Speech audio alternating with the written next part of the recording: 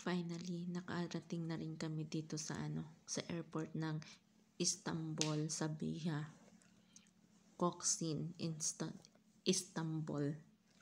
Yan ang airport nila dito sa Turkey. Ngayon, pakita ko sa inyo yung biyahe namin galing airport papunta sa bahay ng amo ko. Yan ang mga daanan. On the way kami papunta sa bahay.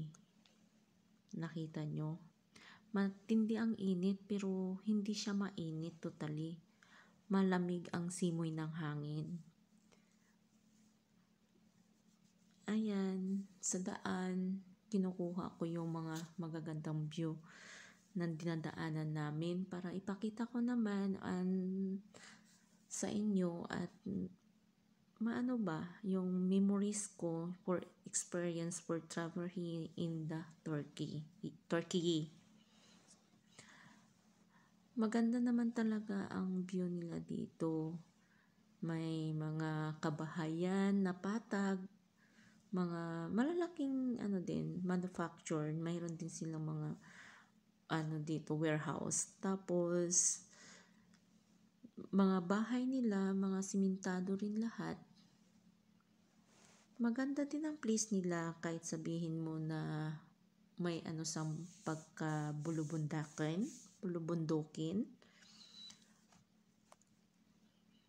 Ayan, sa biyahe parang sobrang ko, pero mas gusto kong kumuha ng mga picture at ipakita sa inyo. Ayan, bundok. Tapos merong mga gumagawa pa ng mga building. Mabilis lang kasi ang takbo ng sasakyan. Ayan, patag siya ng mga bahay. Tapos ito, ayan, haggard na mukha ko dahil ilang oras ang biyahe namin. Galing Doha, Qatar Airport is 4 hours bago makarating ang Turkey sa Istanbul. Kaya ang itsura ko parang ewan na, haggard na. Kasi sa oras na yan is 1:30 ng hapon. 1:30 p.m. Ako sa likuran ako umuupo. Tapos sina among babae at among lalaki sa unahan at sa gitna naman si dalaga. Ayan ang mga dinadaanan namin papunta sa bahay. Yan ang place nila dito sa Turkey. Marami pa kayong makikita sa mga daanan namin. Kasi malayo yung biyahe namin, parang mahigit 1 oras papunta dito sa bahay. Papunta sa bahay ni amo. Hapon na talaga. Pero ang niya ba, yung sinag ng araw is akala mo is sobrang init pero hindi. Mabilis talaga ang biyahe namin kasi walang traffic papunta dito sa bahay. Tapos ayan yung mga mga tindahan sa mga dinadaanan namin, makikita nyo. Naglalakihan din mga building nila. Pero mas sila as in dikit-dikit. Pag part ng mga bahay, dikit-dikit din sila. Pero mayroon naman na bahay sa tuktok ng bundok. Mayroon din silang kagubatan, mga punong kahoy, pero hindi siya hindi siya masukal kasi nga yung mga kahoy nila parang mga fine tree lang ang mga tanim nila.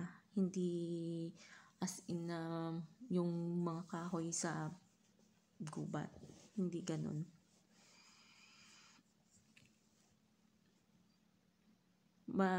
Talaga ang biyahe, mahagard ka. Tapos ayan, dumaan kami sa underpass, kaya madilim.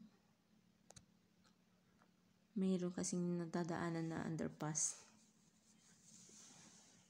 Sa na yan, parang gusto ko nang matulog kasi nga umalis kami sa bahay sa Qatar is 5 a.m. the morning. Tapos alis kami is 8 o'clock ng morning ang flight namin. Ayan, makita nyo yung torre nila, oh, ang taas.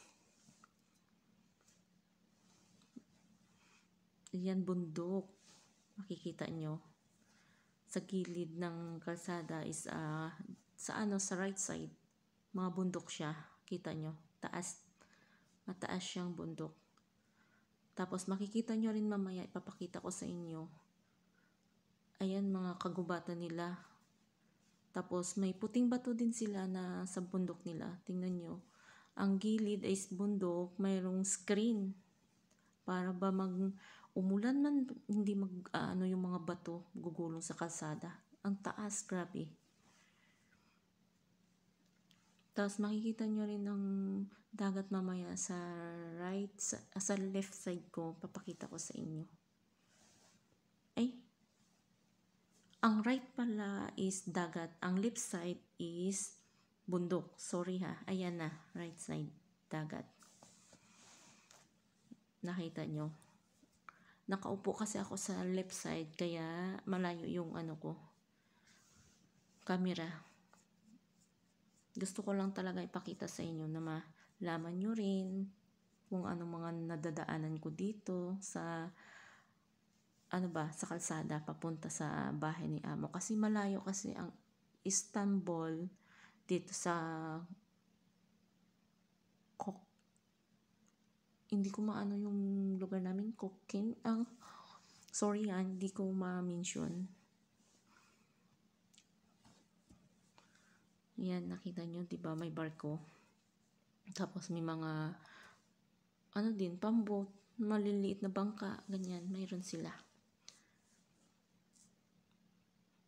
At saka maganda ang place nila kasi nga parang pinapantay nila yung mga kung kakahuyan, tapos bahay. Tapos kahit sa bundok pa yung mga bahay nila, pero simentado, matataas, mga second floor. Maraming puno sila dito talaga, as in. Tapos yung puno nila iba is prutas. Kaya marami din silang prutas dito. Shortcut ko lang. Bali, malapit na kami sa bahay ni Amo. Shortcut ko lang yung video ko para hindi naman masyadong nakaka-board at ba kayo? Magsawa. Malapit na yan sa amin kasi yan ang park. Kita nyo palaruan ng mga bata. Kasi sa bahay dito ni Amo, nasa bundok, nasa taas. Kaya paakyat. Kung aakyat ka na naglalakad, mahirapan ka, mahihingal ka. Pero kung pababa ka naman maglakad, hindi ka mahihingal kasi pababa. As in, mataas na bundok siya. Kaya nakikita namin yung dagat sa baba, yung kapatagan. Ayan kita nyo. Paakyat. Ayan. Tapos makikita nyo yung view doon sa baba, yung dinaanan naming dagat. Yung bundok na yun, sinabi ko sa iyo sa left side, yun, paakyat kami sa bundok. Maganda ang view na napili ng bahay ni Amo kasi nga makikita mo yung kabihasnan, yung kapatagan. Hindi lang dagat, makikita mo rin yung kabahayan,